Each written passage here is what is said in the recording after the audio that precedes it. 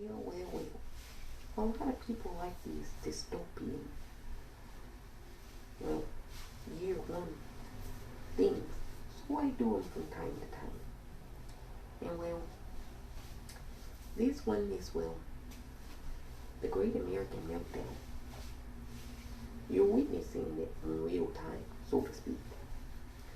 Now, this meltdown, so to speak, is a result of a lot of things.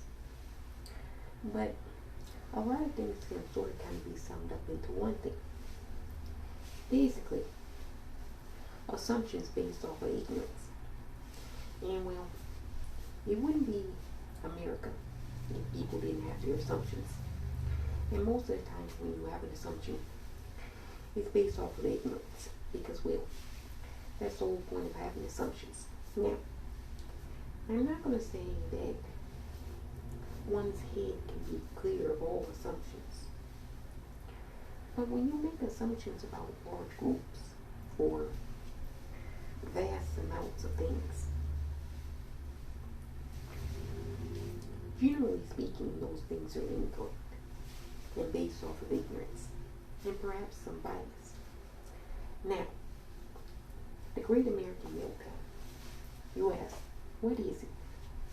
You think we're seeing it, but are we seeing it? Well, it started. It's kind of begun, but it really hasn't started just yet. Now, that sounds like doublespeak. How does something start? It's begun, but it really hasn't started yet. Let's back up a little bit. Look at the whole, picture, so to speak. COVID. It hit every country. But America got hit the worst. Now, you say, why did America get hit the worst? Well, at that time, we had a really bad leader. Probably the worst leader we've ever had in American history. The individual, while leading, never wanted to be a leader and never had leadership capabilities or skill sets. Yet, this individual was made a leader. That's always bad when that happens. Now, it's one thing to be a leader over one group or one entity or one type of thing in general in the society. It's another to be a leader over 33 million people. And we had a very, very awful, atrocious leader, over 330 million of our citizens. And we're probably all suffering the withdrawal symptoms of, having an atrocious leader lead over us all. You see, when you have rot up at the top, it eventually seeps down to the bottom. And that's what we're seeing. The rot has seeped down to the bottom. All over, you just see what can, for lack of better terminology, be considered insanity and idiocracy. For instance, in Corpus Christi the other day in Texas. Now, Corpus Christi is a city, but it's not some liberal bastion. It's in Texas. And this was at a herb grocery store. Apparently, there was a dispute about a parking space. And, a 61-year-old woman thought that her parking space was being thieved by another customer of hers. And, instead of saying, ma'am, that's my parking space, which you can't really assign parking spaces in a public place such as a grocery store. And if there were no other parking spaces, usually what most people do is they wait in their car till somebody comes out of a parking space and then retakes that parking space. So it was no way in the world it could have been her parking space if she wasn't physically parked in the space. at that point in time. Because the car would have literally had to have been on top of her car.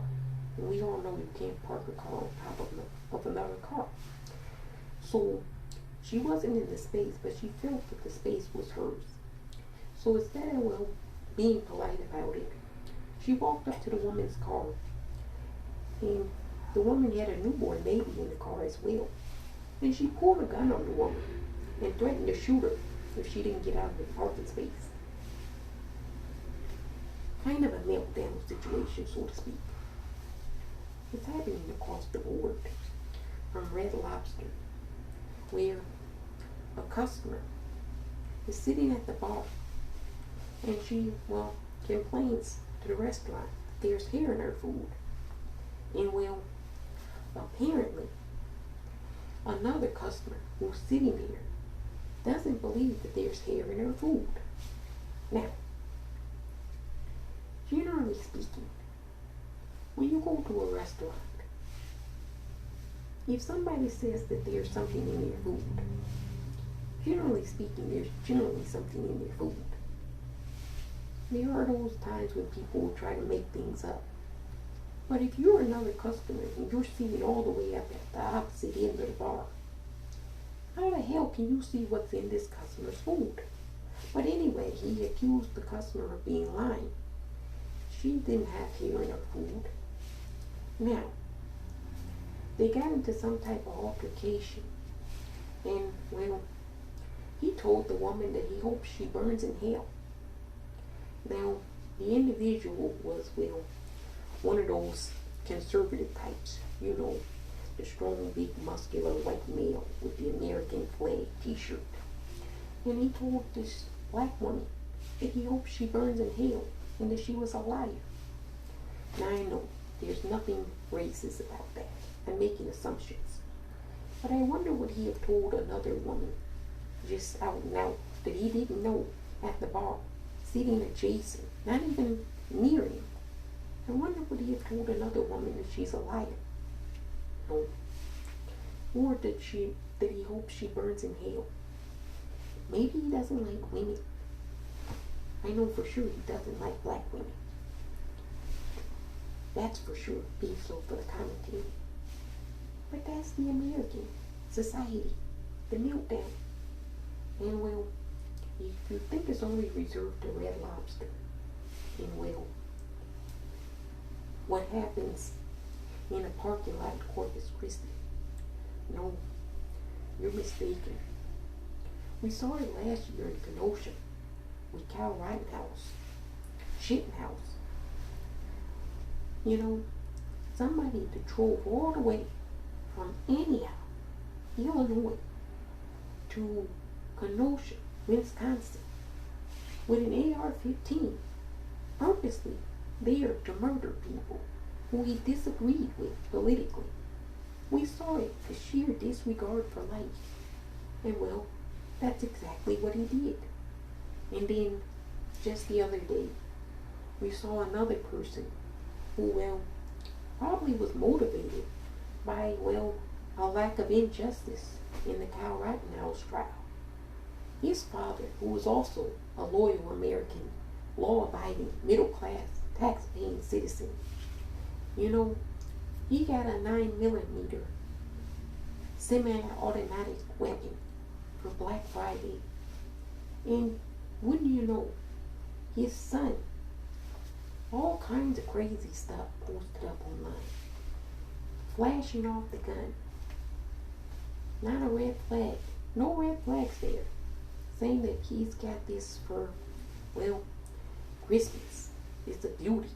No red flags there. Nothing to see there. Well, anyway, teachers saw a number of red flags. They called the parents in. They discussed it with the school. And yet, this student was allowed to stay in the class, even though the parents were told about situations that very same day. And tragically, the student committed an act of terrorism and just murdered students. But what was the example said? The example said was, well, what Rittenhouse did. You can go somewhere, do whatever you want to do, murder, and you get off. Now, this student is, well, being charged because he did it at his high school. But they had to lock down so many schools because they fear copycats. And they know copycats will happen. It constantly happens. From Columbine to Majority Stoneman High School, now to Oxford High School. Gun violence is rampant in this country. Violent crime is actually up. Violent crime. Petty crime. All the other crimes are down. And they've been trending down for a long time. The only crime that's been trending upward in American society is violent crime. And we've known this for a long period of time. And policing is not equipped as it currently stands to deal with violent crimes. Usually the violence happens before the police can, well, be even involved, if they ever get involved, if they're not the ones committing the violence. We saw a police officer very recently in Tucson, Arizona. I eagerly await Brandon Tatum's video about this. You know, Brandon Tatum, the conservative darling, he used to work for the Tucson PD. He talks about that. We saw a Tucson Police Department officer the other day with a man in a wheelchair, a 60-something-year-old senior citizen in a wheelchair, shoot this man 9 times to death because he said, well, the individual was potentially shoplifted and they had a knife. It was probably a mental health episode. Did you need to shoot an individual in a powered wheelchair 9 times? That's America for you. That's the meltdown for you. And I can only tell you, it'll only get worse this winter. You know, get vaccinated. Stay home. If you don't need to go outside, stay home. Wear a mask if you're out in public. Socially distance. But even with all of that, you're going to have people in your society that don't want to do any of that shit. They probably have the virus or had the virus. And well, people are talking about recovery.